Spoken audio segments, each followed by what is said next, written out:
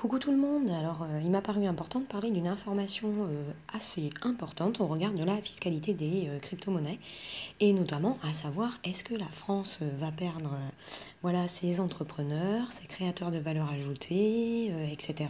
ou pas. Comment est-ce qu'ils s'adaptent et comment ils considèrent recréer de la valeur ajoutée en France en profitant de cette deuxième révolution technologique parce qu'en quelque sorte c'est ça. Alors je reviens au sujet fiscalité. Donc je vais vous dicter trait pour trait en fait le blog du cabinet Bornhauser. Voilà. C'est un cabinet d'avocats en fait et vous allez voir, donc je vais reprendre trait pour trait en fait ce qui est dit dans leur blog de façon à ne pas vous induire en erreur parce que le sujet est à mon sens très très très important. Alors je vous le dis, fiscalité des crypto-monnaies, donc décision imminente du Conseil d'État. C'est une décision et l'article du blog est daté du 16 avril.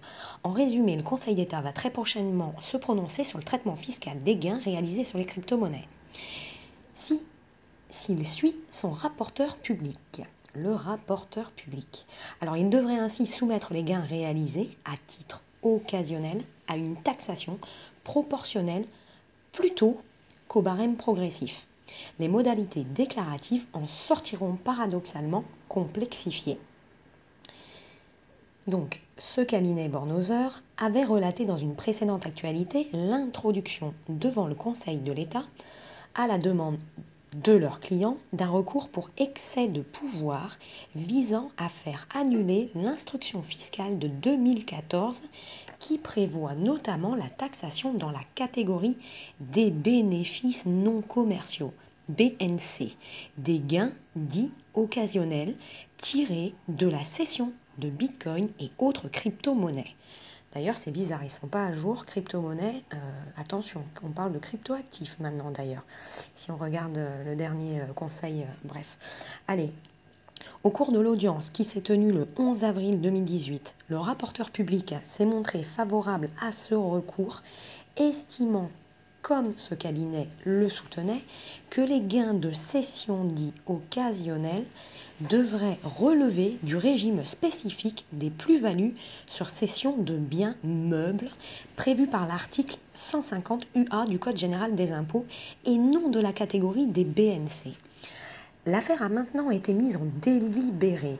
Si les autres membres de la formation de jugement se rangent à l'opinion du rapporteur public, la décision que le Conseil d'État devrait rendre d'ici la fin du mois d'avril, vous m'entendez bien, fin du mois d'avril, donc attention, vous n'avez plus beaucoup de temps pour vous organiser, ça dépend si vous êtes trader ou thésaureur ou holder, voilà.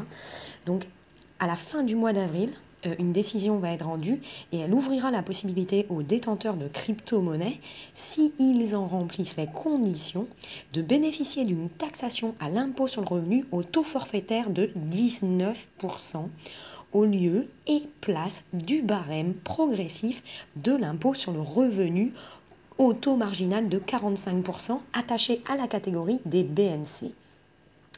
À noter néanmoins que les gains resteront également soumis en tout état de cause aux contributions sociales, donc 15,5% ou 17,2%, et dans certains cas à la contribution exceptionnelle sur les hauts revenus, 3 ou 4%. Donc en cette période de déclaration de revenus, les contribuables qui avaient l'intention de déclarer en BNC leurs gains de cession réalisés en 2007 seraient donc avisés d'attendre encore quelques jours le prononcé de la décision du Conseil d'État pour se positionner. Dommage qu'elle soit aussi tardive quand même, hein. D'ailleurs, c'est bizarre qu'elle soit aussi tardive. Je ne sais pas si ça va laisser le temps aux gens d'en profiter même quelque part. Alors je reviens au blog, à l'article. En effet, en cas de confirmation par le Conseil d'État de la position de son rapporteur public, les détenteurs de crypto-monnaies ayant déjà réalisé des gains devront engager deux réflexions. D'abord pour déterminer s'ils sont bien éligibles au régime des plus-values sur biens meubles, puis dans l'affirmatif quant à la manière dont ils devraient concrètement déclarer leurs gains. Donc s'agissant de l'éligibilité au régime des plus-values sur biens meubles, il convient de noter que ce régime d'imposition risque de se substituer à la taxation en BNC des gains de cession dits occasionnels. Sans pour autant remettre en cause la taxation en BIC, des gains de cession dits habituels. Le rapporteur public s'étant montré favorable au maintien de cette dernière taxation, qu'il n'estime pas contraire au texte en vigueur. Les contribuables concernés devraient donc déterminer s'ils estiment en fait que les gains qu'ils ont réalisés revêtent d'un caractère dit occasionnel ou habituel. À chaque fois, c'est la même problématique, on ne sait pas.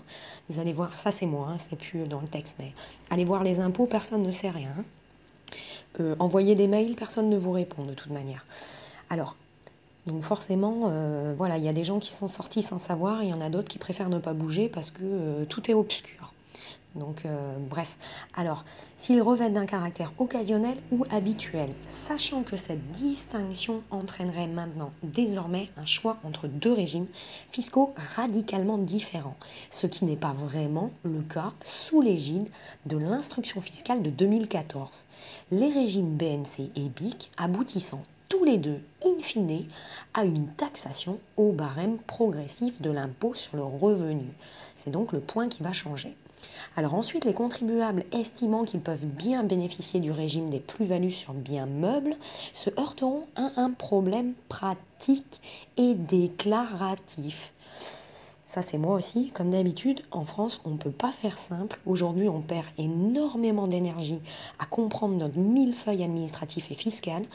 Et malheureusement, je déplore une chose, c'est que le temps que vous passez à essayer de comprendre ce qui change tout le temps et qui est dynamique, c'est du temps qu'on ne passe pas à lancer des entreprises, à créer de la valeur ajoutée, alors qu'aujourd'hui, on est dans un contexte d'urgence. Voilà, et je pense qu'aujourd'hui, en France et en Europe, on a besoin des jeunes, on a besoin des élites qui pourraient créer de la valeur ajoutée intelligente. Et vraiment, moi je demande aux institutions et aux organisations de vraiment simplifier et automatiser les choses. On a du blockchain, effectivement, autant utiliser le blockchain. On est capable d'intégrer toutes les exigences données d'entrée au regard de la fiscalité, les codes des impôts, etc. Il faut automatiser parce que vraiment c'est une usine à gaz. Et forcément qu'on a forcément tout le temps des pénalités parce que rien n'est harmonisé, rien n'est rattaché et forcément qu'il y a des omissions. Et remplir une déclaration d'impôt, tenir une comptabilité, c'est franchement du boulot à plein temps. Trouver les bons tiers de confiance associés pour créer sa boîte, c'est du boulot à plein temps. Donc c'est une vraie perte de productivité, une vraie perte de valeur ajoutée. Donc ça, c'était ma parenthèse. Donc aujourd'hui, vraiment, faut profiter de cette deuxième révolution technologique pour également moderniser notre droit, nos libertés et également automatiser justement les administrations, urgemment, vraiment urgemment, parce qu'on va avoir une vraie fuite de tous nos talents, parce que il n'y a personne qui resterait, c'est impossible, on devient fou, quoi. Il faut vraiment être patriote pour rester, quoi. Donc bref, allez, je reviens. Donc ensuite, les contribuables estimant qu'ils peuvent bien bénéficier du régime des plus-values sur biens meubles se heurteront à une problématique pratique déclarative. J'en étais là. En effet, l'impôt forfaitaire à 19% et les contributions sociales afférents aux plus-values sur biens meubles ne relèvent pas de la déclaration annuelle des revenus habituels qui doit être souscrite au cours de l'année qui suit la cession, mais d'une déclaration spécifique. C'est le modèle numéro 2048M qui doit être déposé auprès des services des impôts et, attention, accompagné du règlement spontané de l'impôt dans un délai d'1 mois à compter de la cession. C'est beau, bel esprit. Si la décision prochaine du Conseil d'État devait valider la possibilité de bénéficier du régime des plus-values sur biens meubles, les contribuables qui entendraient se placer sous l'égide de ce régime pour leur opération de 2017 devraient donc régulariser leur situation en déposant des déclarations 2048M accompagnées du paiement de l'impôt, formalité qui pourrait paradoxalement être considérée par l'administration fiscale comme étant accomplie tardivement, alors même qu'elle ne prévoyait pas leur application au moment où ces formalités auraient dû être accomplies. Et comme je reprends l'article du blog du cabinet Bornhauser, je ne peux pas citer leur dernier paragraphe, je me dois de le faire. Voilà, merci pour leur article, je le trouve très explicite et surtout merci pour leur action et leur contribution dans la défense et la protection quelque part du consommateur. Donc voilà, ils le disent, le cabinet Bornhauser, généralement je ne cite pas, mais bon.